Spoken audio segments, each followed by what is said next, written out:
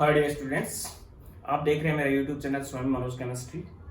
Class 11 thermodynamics में अभी 3 lecture जिसमें मैंने वर्क डन बता दिया आपको। First law of thermodynamics, zero law of thermodynamics complete हो चुका है। आज हम बात करें नई एनर्जेटिक टर्म्स की, एंथैल्पी। न्यू टर्म्स है, denoted by capital H। Enthalpy is net heat content.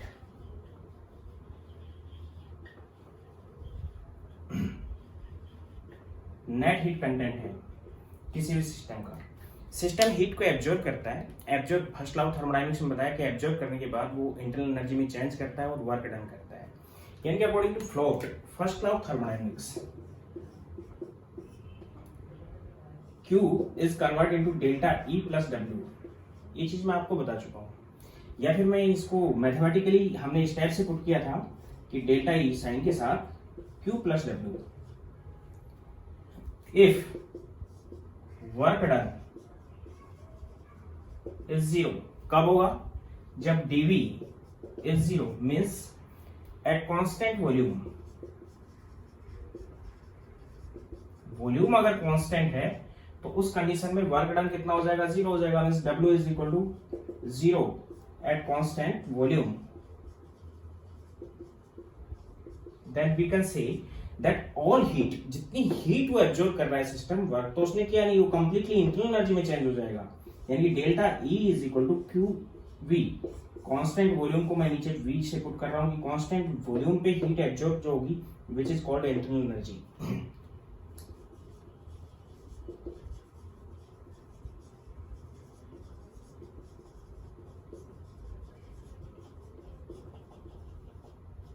is called internal energy।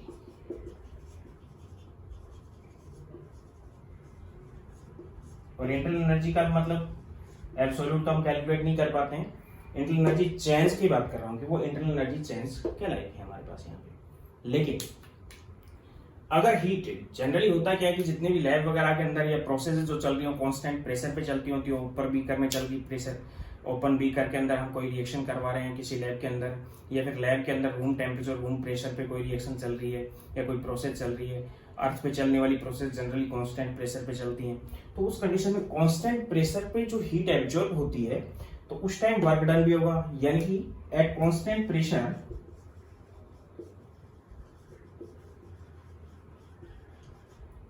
Heat absorb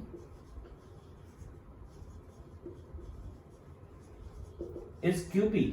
अगर कांस्टेंट पे प्रेशर पे हीट एब्जॉर्ब हो रही है QP, तो यहाँ पे मैं इसको QP से डिनोट कर रहा हूं। Then QP which is equal to delta E plus W। Sign को इंक्लूड करते हुए हम फर्स्ट लॉ ऑफ थर्मोडायनेमिक्स से लिख सकते हैं इसको। तो उस टाइम वर्क डन भी होगा। कांस्टेंट प्रेशर पे वॉल्यूम चेंज आएगा तो वर्क डन की कोई ना कोई वैल्यू होगी, और इंटरनल एनर्जी की, मींस इंटरनल एनर्जी और वर्क डन, इन दोनों की सम को, साइन बाद में इंक्लूड कर लेंगे इनको नाम देते हैं हम एंथैल्पी चेंज।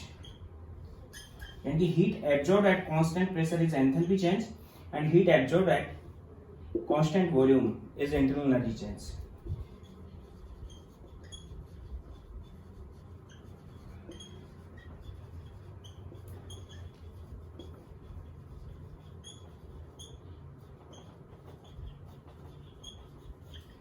और इंटरनल एनर्जी से ज्यादा इंपॉर्टेंस रखता है enthalpy change,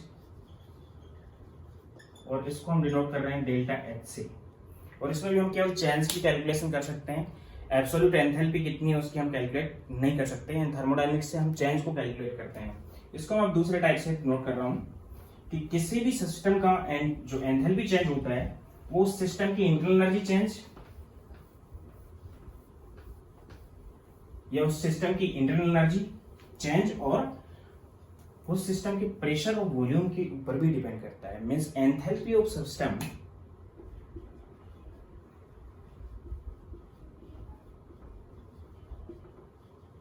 depends upon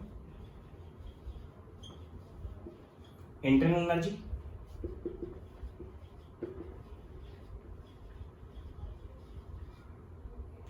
pressure and volume of system.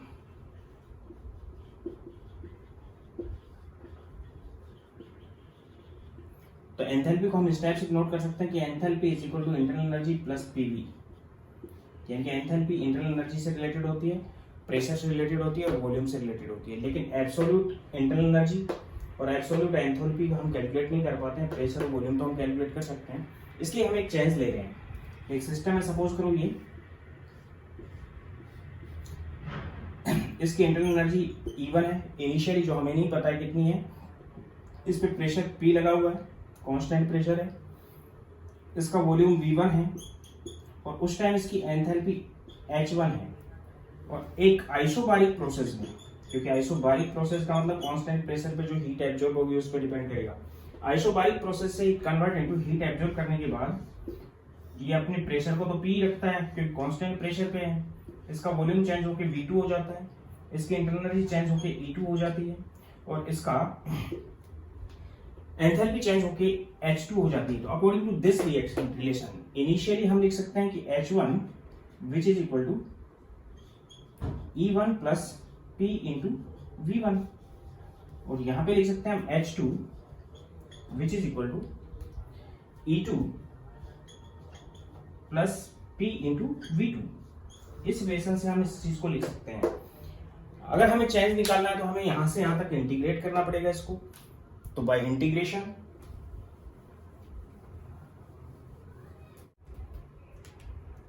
Change को कंसीडर करेंगे तो इंटीग्रेशन करना पड़ेगा कि delta of H which is equal to delta of E plus P delta of V। इसको इंटीग्रेट करेंगे हम इक्वेशन को, इसको हम इंटीग्रेट करेंगे delta of H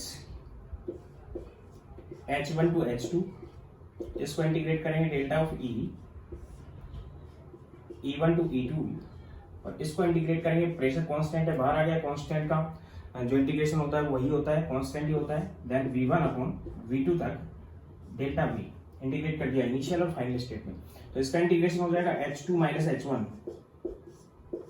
which is equal to, इसका इंटीग्रेशन हो जाएगा E2 minus E1 plus P into, इसका इंटीग्रेशन हो जाएगा V2 माइनस V1।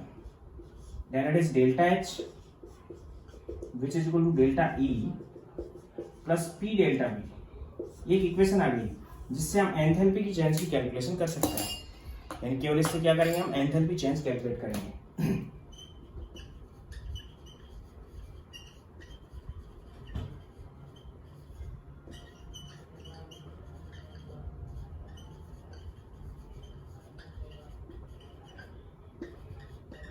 इस इक्वेशन से। तो अब जब मैं बात करूंगा एंथैल्पी या इंटरनल एनर्जी की, इसका मतलब एंथैल्पी और इंटरनल एनर्जी की जो हम बात कर रहे हैं वो उनकी चेंज की बात कर रहे हैं, एब्सोल्यूट की बात नहीं कर रहे हैं, क्योंकि एब्सोल्यूट को हम कैलकुलेट नहीं कर पाते हैं। चेंज को हम कैलकुलेट कर पाते हैं कितनी हीट एब्जॉर्ब की उसके अकॉर्डिंग कांस्टेंट प्रेशर पे। अब नेक्स्ट आइडियल गैस के लिए हम ले तो वर्क डन यहाँ पे कितना आ गया, एंथैल्पी चेंज को मैं लिख सकता हूँ enthalpy change is equal to internal energy change plus work done, क्योंकि वर्क डन पीडीवी के इक्वल होता है। तो इसको हम इस टाइप से भी लिख सकते हैं। और P delta V, PV is equal to NRT हम यूज करते हैं आइडियल गैस के लिए। तो P delta V means volume में चेंज आ रहा है, तो वॉल्यूम में चेंज आएगा तो गारंटेड किसी गैस के नंबर ऑफ मोल्स में चेंज आएगा। देन इसको हम delta N and G use कर सकते हैं। एन को आर कांस्टेंट है और टेम्परेचर वही रहेगा, प्रेशर है, वॉल्यूम में चेंज आ रहा है तो delta N G R T हम पुट कर सकते हैं। फिर delta N G it is also work done. Delta N G gas के लिए वॉल्यूम चेंज है किसी केमिकल रिएक्शन में, गैसेस मोल्स में जो चेंज आएगा उसकी वजह से वॉल्यूम में चेंज आएगा, और वॉल्यूम में चेंज क्या गैसेस मोल्स की चेंज के ऊपर डिपेंड करेगा, which is equal to moles of product in gases state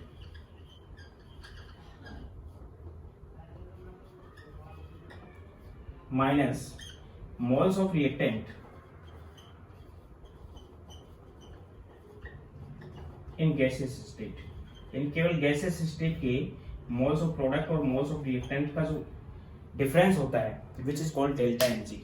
moles बढ़ भी सकते हैं गैसेस प्रोडक्ट के लिए और घट भी सकते हैं। देन इक्वेशन आपके पास आ जाएगी, ये भी वर्क डन है delta NG R T. Equation आपके पास आ गई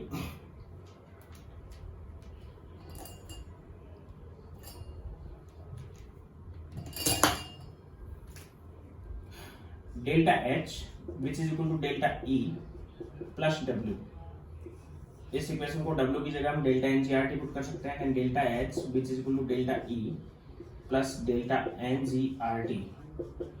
एंड डेल्टा एन जी क्या है, ये आगे भी आएगा इक्विलिब्रियम चैप्टर में भी, कि प्रोडक्ट के कितने मोल्स हैं गैसेस स्टेट में माइनस रिएक्टेंट के कितने मोल्स हैं गैसेस स्टेट में, उन दोनों का डिफरेंस है, इसी की वजह से वॉल्यूम में चेंज आएगा। फॉर रिएक्शन या for chemical reaction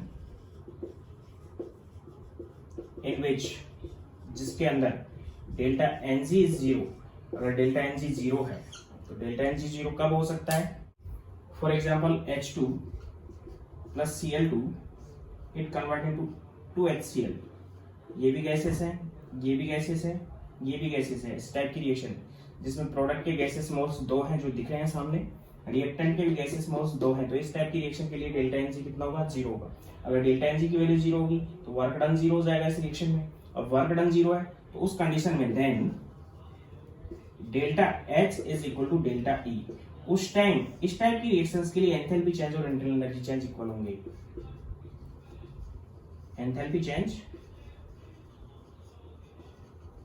and internal energy change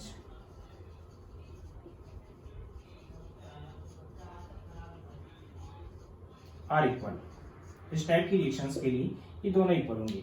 Jin reactions के लिए डेल्टा एनजी की वैल्यू पॉजिटिव होती है, chemical reaction in which delta NG is positive,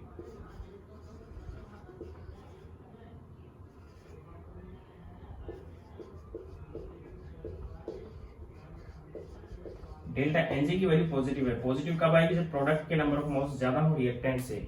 for example PCl5 gases होता है, it decomposed in PCl3 gases plus Cl2 gases, ये gases में convert हो रहा है। तो उस कंडीशन में प्रोडक्ट के 2 मोल है और रिएक्टेंट का 1 मोल है, तो डेल्टा एनजी की वैल्यू पॉजिटिव है, तो डेल्टा एच किसके इक्वल होगा, डेल्टा ई प्लस इसके इक्वल होगा, यानी delta H is greater than delta E, then delta of H is greater than delta E. Enthalpy change internal energy change से ज्यादा होगा।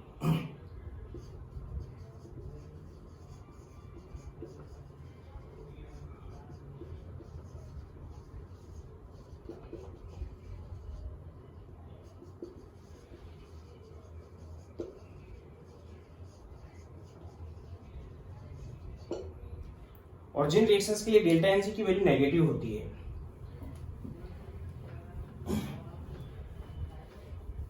इक्वेशन थी आपके पास ये, delta H which is equal to delta E plus delta N G R T, reactions in which delta N G is negative. इसमें क्या होगा कि प्रोडक्ट के मोल कम होंगे और रिएक्टेंट के मोल ज्यादा होंगे। For example N2 Haber process है, गैसेस होता है, प्लस में 3 of H2 गैसेस है, it convert into 2 of NH3। यहाँ पे इक्विलिब्रियम में बनता है रिएक्शंस में, लेकिन मैं यहाँ पे शो नहीं कर रहा हूँ तीनों रिएक्शंस में। तो यहाँ पे जो प्रोडक्ट है ये गैसेस है 2 मोल है, रिएक्टेंट की गैसेस 3 और 1 4 मोल है, तो यहाँ पे डेल्टा एनजी की वैल्यू -2 हो गई, 2 - 4 -2 हो गई, इसके लिए 2 - 1 +1 हो गई, और पिछली वाली रिएक्शन के लिए 0 थी।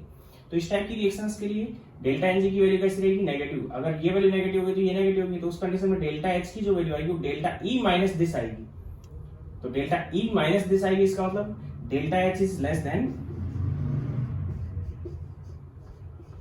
Delta E. उस टाइम इंटरनल एनर्जी चेंज ज्यादा होगा एंथैल्पी चेंज से।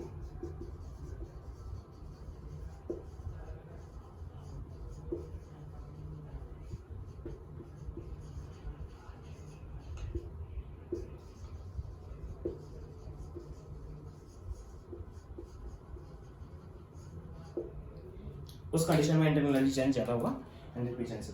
तो यहाँ पे मैं ये बता रहा हूँ कि 3 कंडीशंस इसमें हम लगा सकते हैं। वर्क डन डेल्टा एनजीआरटी के लिए होता है इक्वल होता है किसी गैसियस रिएक्शन के लिए, और एंथैल्पी चेंज और इंटरनल एनर्जी चेंज को हम इस टाइप से कंसीडर कर सकते हैं कि in combustion of methane and cool down, combustion के बाद उसको हमने कूल डाउन कर दिया और एक इक्वेशन दे दी CH4 प्लस में O2 it convert into CO2 plus में 2H2O। रिएक्शन 2 यहाँ पे हो गया, 2 यहाँ पे हो गया, तो यहाँ पे 4 हो गया, इसका मतलब 2O2 यहाँ पे यूज हो गया। तो ये रिएक्शन बैलेंस रिएक्शन है। यहाँ पे इसकी लिक्विड स्टेट होगी, इसकी गैस स्टेट होगी, इसकी गैस स्टेट होगी, इसकी गैस स्टेट होगी रूम टेम्परेचर पे। ये आपको दिया भी गया है कि कूल डाउन किया उसको हमने। The heat change at constant volume. Generally जो कंबशन की रिएक्शंस हैं, ये कंबशन रिएक्शन है, ये कांस्टेंट वॉल्यूम पे करवाते हैं, यानी कि इसके लिए इंटरनल एनर्जी चेंज गिवन होगा। At constant volume is 50 kilojoule per mole. एक मोल के लिए 50 किलो जूल है मीथेन के लिए। Then calculate the enthalpy change of the reaction.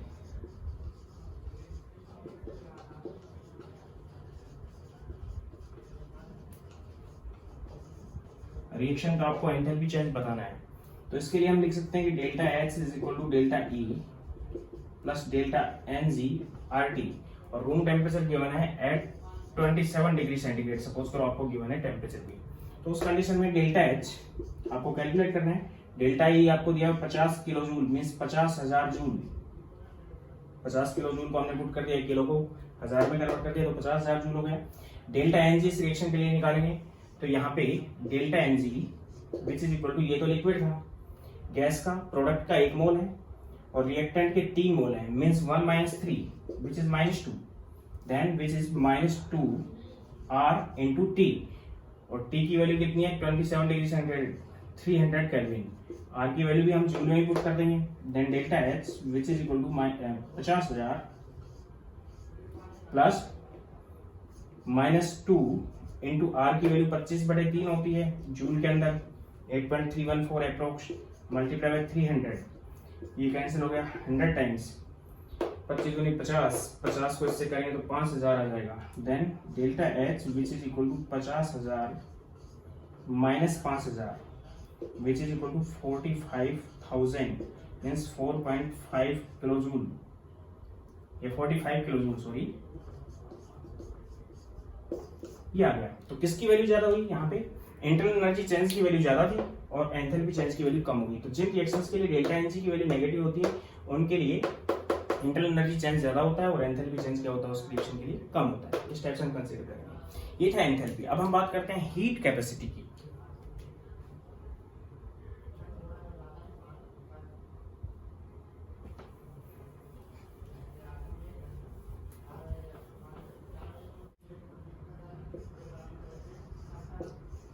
Heat capacity, enthalpy एक एक्सटेंसिव प्रॉपर्टी थी, यहाँ पे हीट कैपेसिटी को हम C से नोट कर रहे हैं। बिल्कुल सिंपल सा तरीका है हीट कैपेसिटी का कि कोई भी सब्सटेंस है, कितने भी ग्राम है, सॉलिड है, लिक्विड है, गैस है, चाहे वो सॉलिड है, चाहे वो लिक्विड है, चाहे वो गैस है, उसके टेम्परेचर को 1 डिग्री सेंटीग्रेड या 1 केल्विन बढ़ाने में, टेम्परेचर का डिफरेंस है 1 डिग्री सेंटीग्रेड और केल्विन में इक्वल होता है, तो 1 केल्विन है उसको राइज कर रहे हैं। सपोज करो इसका टेम्परेचर है यहाँ पे 25 डिग्री सेंटीग्रेड, तो केल्विन में हो गया 298 केल्विन, और इसका 1 डिग्री सेंटीग्रेड टेम्परेचर बढ़ा रहे हैं हम, यानी 26 डिग्री सेंटीग्रेड कर रहे हैं, तो ये 299 केल्विन हो गया। तो इन दोनों में डिफरेंस 1 केल्विन का आ गया और इन दोनों में डिफरेंस 1 डिग्री सेंटीग्रेड का आ गया, यानी कि 1 डिग्री सेंटीग्रेड और 1 केल्विन टेम्परेचर बढ़ा रहे हैं हम, डिफरेंस बढ़ा रहे हैं, इसलिए टेम्परेचर का जो डिफरेंस होता है डिग्री सेंटीग्रेड और केल्विन में इक्वल होता है। तो उस कंडीशन में जितनी हीट एब्जॉर्ब करेगा ये, उसको हम नाम देंगे इसकी heat capacity. Heat absorb by substance to rise 1 degree centigrade or 1 Kelvin temperature is called heat capacity.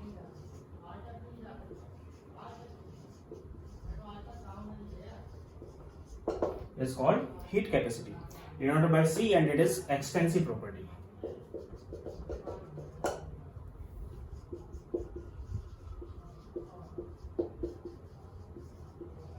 और मैथमेटिकली इसको हम पुट करेंगे कि C is equal to Q, कितनी हीट उसने एब्जॉर्ब कर ली, डिवाइड बाय डेल्टा T, कितना टेम्परेचर में चेंज हुआ। टेम्परेचर में चेंज हुआ 1 डिग्री केल्विन आ गया, 1 केल्विन आ गया, हम पुट कर देंगे जितनी हीट वो एब्जॉर्ब करगी वो उसकी हीट कैपेसिटी होगी। दूसरी बात कर रहा हूं मैं मोलर हीट कैपेसिटी की, तीनों में रिलेशन भी बता दूंगा।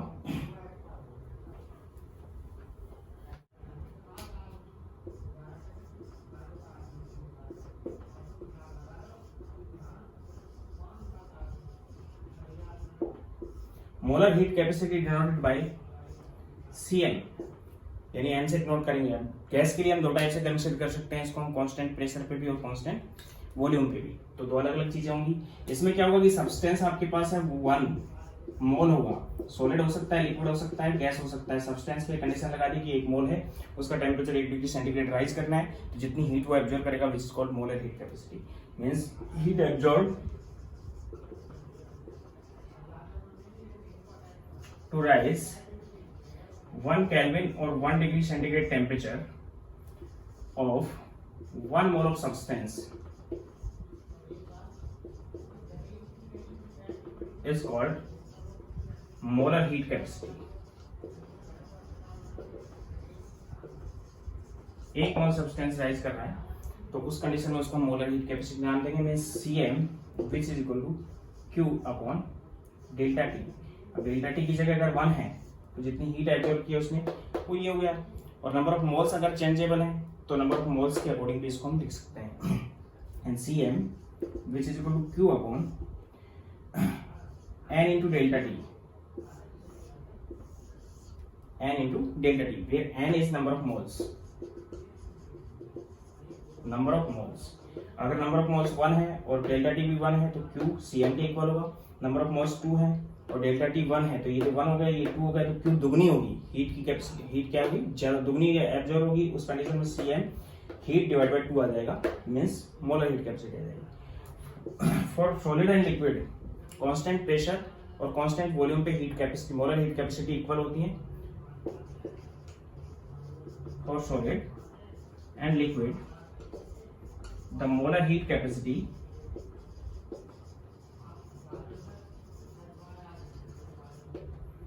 at constant pressure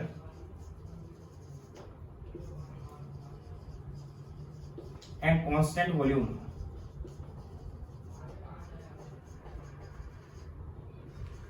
are equal होती हैं। But in case of gas,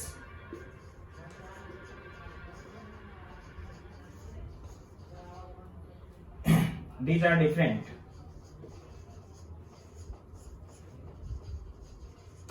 denoted by Cp and Cv, Cpm और Cvm से हम इसको नोट कर देते हैं, यानी कि molar heat capacity for gas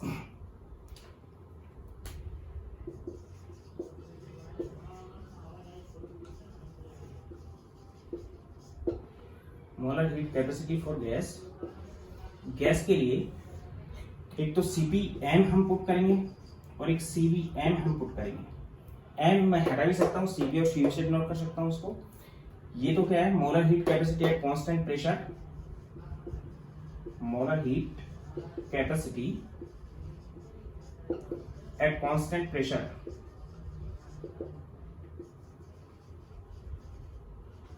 और ये है molar heat capacity at constant volume.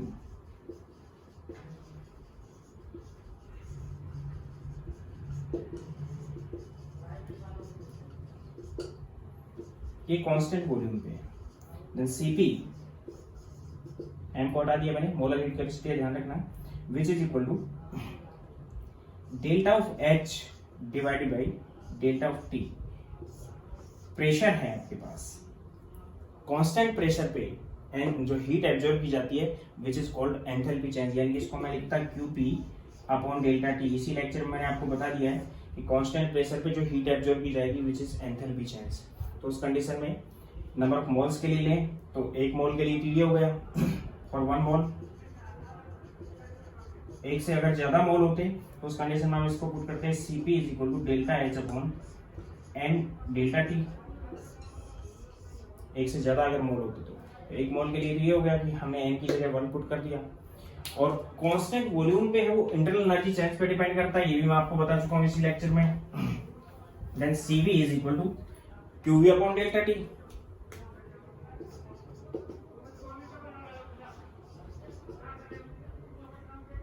which is equal to delta of E divide by delta T। और 1 मोल के लिए तो ये हो गया, और फॉर n मोल के लिए Cv is equal to QV की जगह मैं डेल्टा E पुट कर रहा हूं divide by n delta T। यानी कि जो हीट कैपेसिटीज है वॉल्यूम कांस्टेंट वॉल्यूम पे अलग होगी और कांस्टेंट प्रेशर पे अलग होगी। कांस्टेंट प्रेशर पे एंथैल्पी चेंज पे डिपेंड करेगी और कांस्टेंट वॉल्यूम पे इंटरनल एनर्जी चेंज पे डिपेंड करेगी। मींस डेल्टा एच जो होता है वो एन सीपी डीटी हो जाएगा। Delta H is equal to N CP DT और डेल्टा ई जो होती है इंटरनल एनर्जी चेंज वो हो जाएगी एन सीबी डीटी, जिसपे सीपी और सीबी क्या है? मोलर हीट कैपेसिटीज है।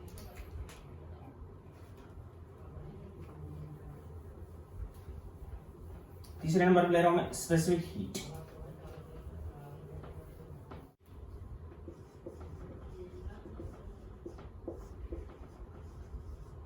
स्पेसिफिक हीट को हम एस से डिनोट कर रहे हैं। ये 1 ग्राम सब्सटेंस के लिए लिखूंगा। सब्सटेंस का आपकी बार हमने कंडीशन लगा दी 1 ग्राम, तो इसका 1 डिग्री सेंटीग्रेड टेम्परेचर बढ़ाना है या केल्विन टेम्परेचर बढ़ाना है, तो जितनी हीट ये एब्जॉर्ब करे, सॉलिड हो सकता है, लिक्विड हो सकता है, गैस हो सकता है, then which is called specific heat. Heat absorbed by 1 gram of substance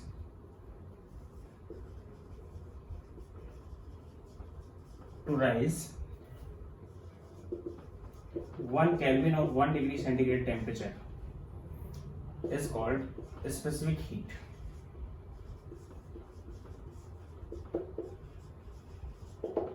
इसको हम नाम देंगे स्पेसिफिक हीट और ऐसे नोट करेंगे। मोलर हीट और specific heat are molar heat capacity and specific heat are intensive properties. ये दोनों इंटेंसिव प्रॉपर्टी है और हीट कैपेसिटी थी वो एक्सटेंसिव प्रॉपर्टी थी। तो ये भी सॉलिड और लिक्विड के लिए कांस्टेंट प्रेशर कांस्टेंट वॉल्यूम पे सेम होती है, लेकिन गैस के लिए अलग अलग होती है। तो यहाँ पे मैं पुट कर सकता हूँ S is equal to Q divide by dt,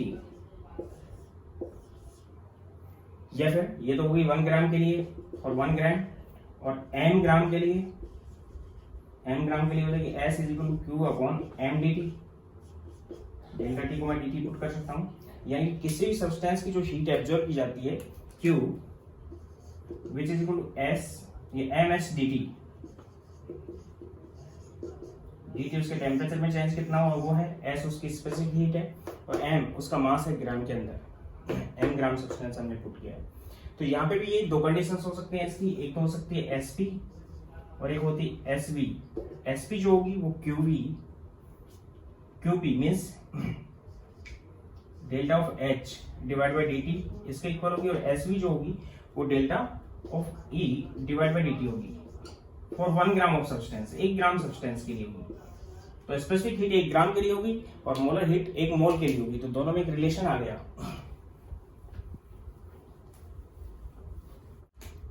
molar heat capacity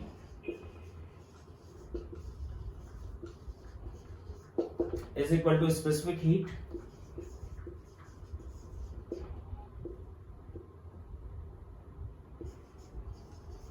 multiply में मोलर मास। जैसे वाटर का केस अगर देखते हैं हम, in case of water liquid है इसलिए इसकी हम SP और SV यूज नहीं करेंगे। In case of water specific heat which is equal to 1 calorie पर ग्राम। स्पेसिफिक हीट होती है वाटर की 1 कैलोरी पर ग्राम, 1 ग्राम के लिए, यानी कैलोरी पर ग्राम या जूल पर ग्राम ये स्पेसिफिक हीट की यूनिट होगी। तो 1 कैलोरी 1 ग्राम के लिए है, तो 18 ग्राम के लिए क्या हो जाएगी molar heat capacity.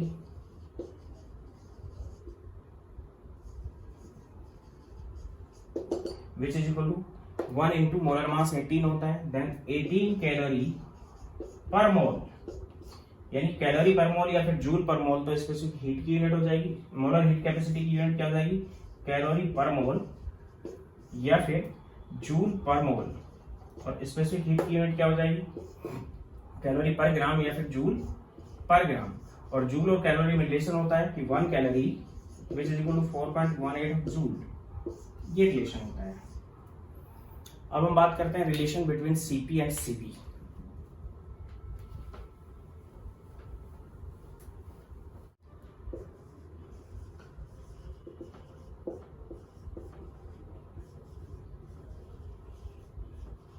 For gas, gas के लिए सीपी और सीवी डिफरेंट होती है। रिलेशन को नाम देते हैं मेयर्स रिलेशन।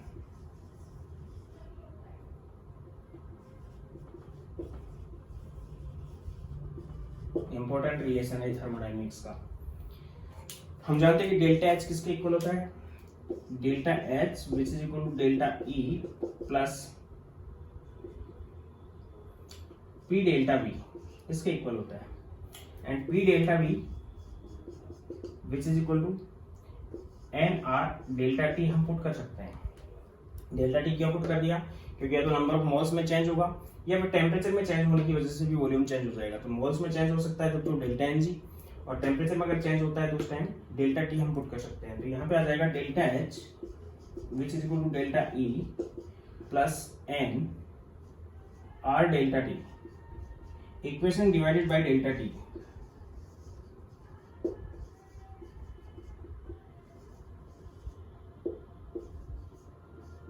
डेल्टा टी से इसको हम डिवाइड कर देंगे, देन आ जाएगा delta H upon delta T which equal to delta E upon delta T plus N R, and delta T से डेल्टा टी कैंसिल हो जाएगा, delta T upon delta T.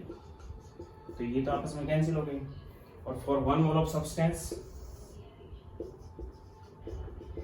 अगर 1 मोल गैस है तो उस कंडीशन में n इज 1, गैस के number of moles कितने हो गए, 1 हो गए, तो ये 1 हो गया। 1 मोल गैस है तो उस कंडीशन में ये 1 मोल के लिए स्पेसिफिक हीट हो गई कांस्टेंट वॉल्यूम पे, सॉरी मोलर हीट हो गई कांस्टेंट वॉल्यूम पे, और ये मोलर हीट हो गई कांस्टेंट प्रेशर पे। Then Cp is equal to Cv plus R, it is Mayer relation. ये मेयर रिलेशन है Cp और Cv के बीच में, यानी कि Cp माइनस Cv का जो डिफरेंस होता है वो कांस्टेंट होता है किसी गैस के लिए। मोलर हीट कैपेसिटीज का जो डिफरेंस आता है प्रेशर, कांस्टेंट प्रेशर पे और कांस्टेंट वॉल्यूम पे, वही कांस्टेंट होता है which is equal to universal gas constant, वो यूनिवर्सल गैस कांस्टेंट के इक्वल होगा। ये मेयर रिलेशन था। अब हम बात करते हैं पॉइजन्स कांस्टेंट की।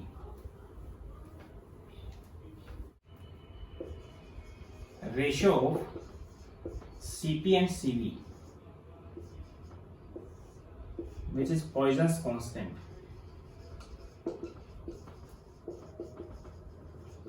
denoted by gamma। गामा से इसको हम डिनोट करेंगे गैस के लिए, means gamma which is equal to Cp by Cv। किसी गैस का जो गामा होता है वो Cp by Cv होता है। द एटॉमिसिटी ऑफ गैस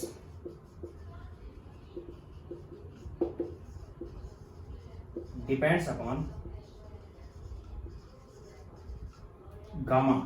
अगर गामा आपको गिवन है विच इज पॉइजन्स कांस्टेंट, इन दोनों का रेशियो है, तो उससे हम किसी गैस की एटॉमिसिटी को कंसीडर कर सकते हैं। तो मैं डायरेक्ट एटॉमिसिटी के बारे में बात कर रहा हूँ।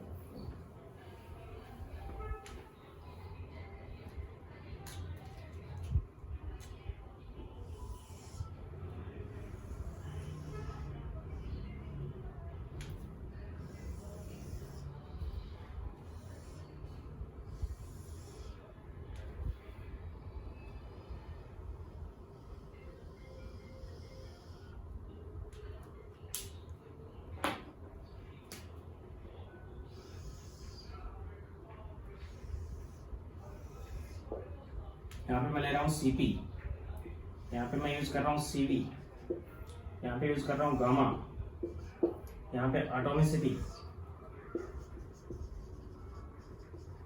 और यहाँ पे एग्जाम्पल। Cp की वैल्यू R की टर्म में 5/2 ऑफ R है, तो Cv गारंटेड 3/2 ऑफ R होगा, क्योंकि दोनों में R का डिफरेंस होता है, मेयर रिलेशन से बता दिया मैंने। देन दोनों का ratio gamma is equal to Cp upon Cv। Cp ये है और ये R से R कैंसिल हो जाएगा, 2 से 2 कैंसिल हो जाएगा, इट इज 5/3 विच इज 1.67। तो एटॉमिसिटी मोनो एटॉमिक गैस होगी वो, और मोनो एटॉमिक जो गैस है उसके हम एग्जांपल ले सकते हैं helium, neon, argon, krypton, xenon and radon. Mono atomic gases की एग्जांपल्स हैं ये। अगर Cp की वैल्यू 7/2 ऑफ R है तो Cv यहाँ पे 5/2 ऑफ R हो जाएगा, क्योंकि दोनों में R का डिफरेंस है। गामा हो जाएगा 7/5 विच इज 1.40। अगर गामा की वैल्यू 1.40 है देन डाई एटॉमिक गैस हो सकती है, या फिर पॉलीएटॉमिक लीनियर गैस हो सकती है।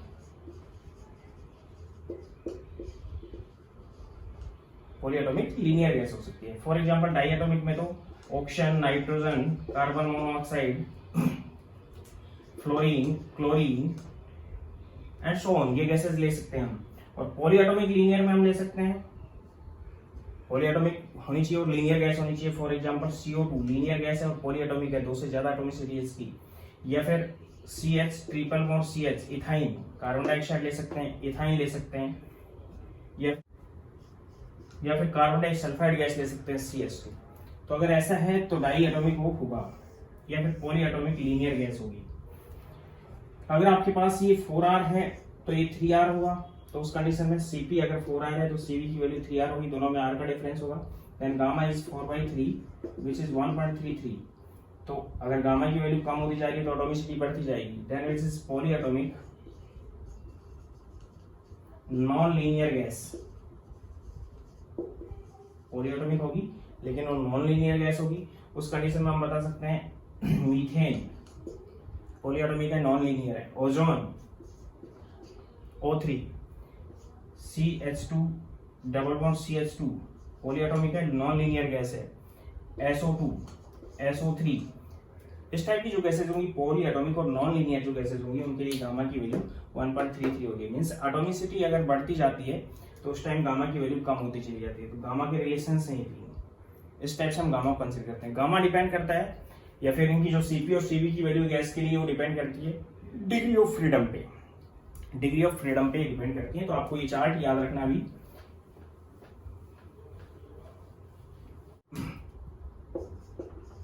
A gas having molar mass 40 gram per mole and heat capacity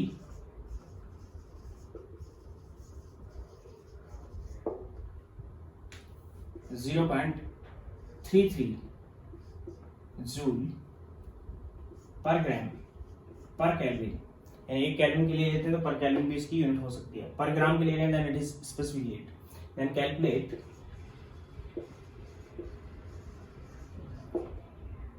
atomicity of gas,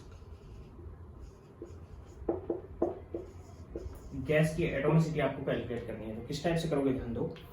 यहाँ पे ये स्पेसिफिक हीट है, इसको आप यूनिट से पहचान जाओगे कि ग्राम में दिया गया है और पर केल्विन है, इसका मतलब specific heat. Then specific heat, और स्पेसिफिक हीट भी सपोज करो कांस्टेंट वॉल्यूम पे दिया हुआ है, heat capacity at constant volume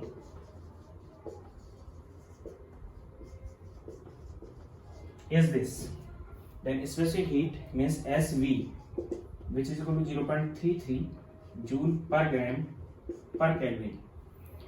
तो मोलर हीट कैपेसिटी निकाल लोगे इसकी CV which is molar heat capacity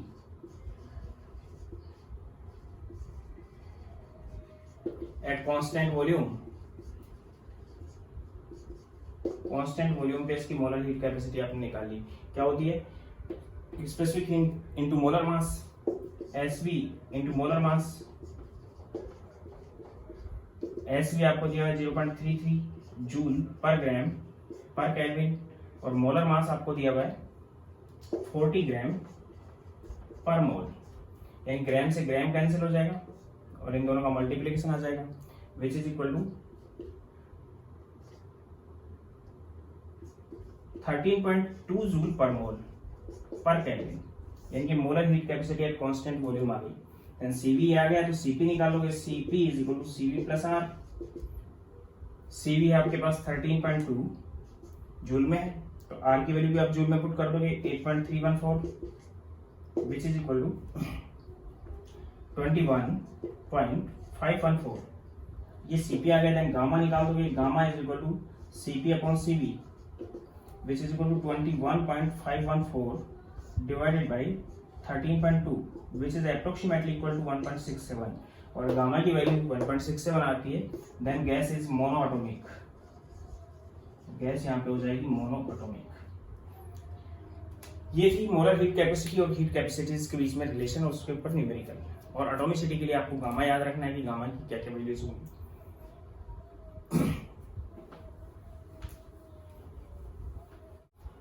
अब हम डिस्कस कर रहे हैं वर्क डन इन एडियाबेटिक रिवर्सिबल प्रोसेस का। एडियाबेटिक रिवर्सिबल, गामा की वैल्यू हम देख लिया कि गामा क्या होता है, गामा वहां पे यूज होगा, इसलिए वर्क डन इन adiabatic reversible process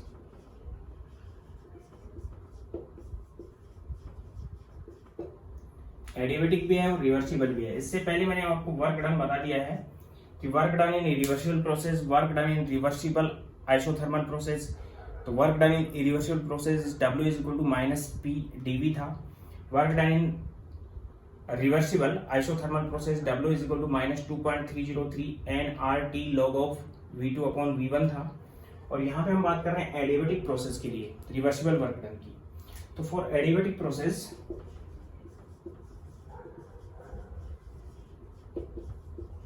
adiabatic process के लिए Q की वैल्यू 0 हो चुकी होती है, means small amount of heat absorb और evolve by the system is 0।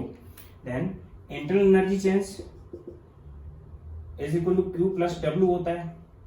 तो यहाँ पे मैं Q को हटा सकता हूँ, एडियाबेटिक प्रोसेस के लिए Q 0 हो गया। तो ये फर्स्ट लॉ ऑफ थर्मोडायनेमिक्स था। तो इस कंडीशन में हम पुट कर सकते हैं कि delta E is equal to W। Delta E किसके इक्वल होगा, W के। और वर्क डन हमें निकालना है, means work done is equal to internal energy change.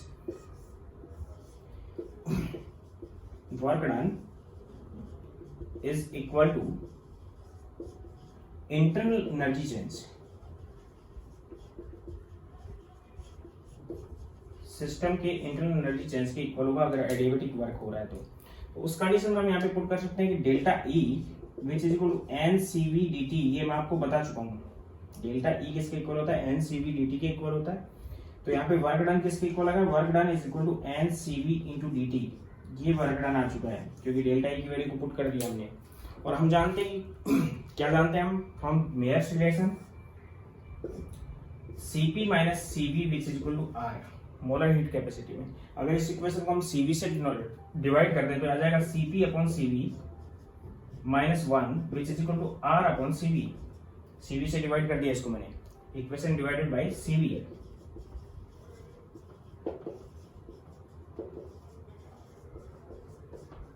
ये मेयर रिलेशन था,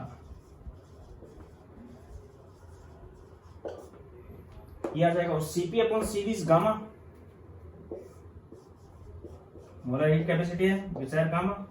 then gamma minus 1 which is equal to R upon Cv and Cv is equal to R upon gamma minus 1। Cv की value को यहां put कर देंगे तो work done आ जाएगा इसका। देन वर्क डन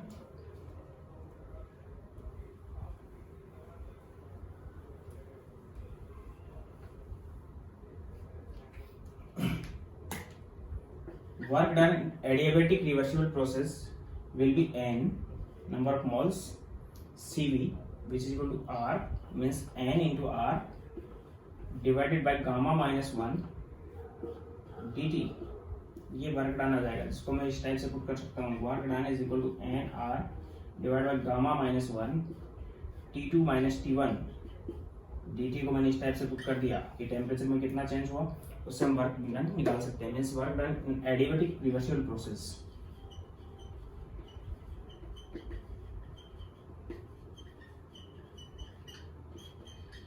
का वर्क डन है, इस टाइप से हम इसको कंसीडर करेंगे।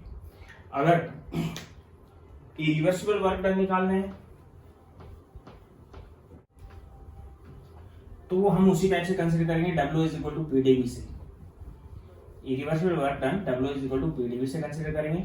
कुछ रिलेशंस हैं जो कि एडियाबेटिक रिलेशन कहला रहे हैं, जिनको मैं डायरेक्ट पुट कर रहा हूं, जिनमें गामा यूज होगा। Some adiabatic relations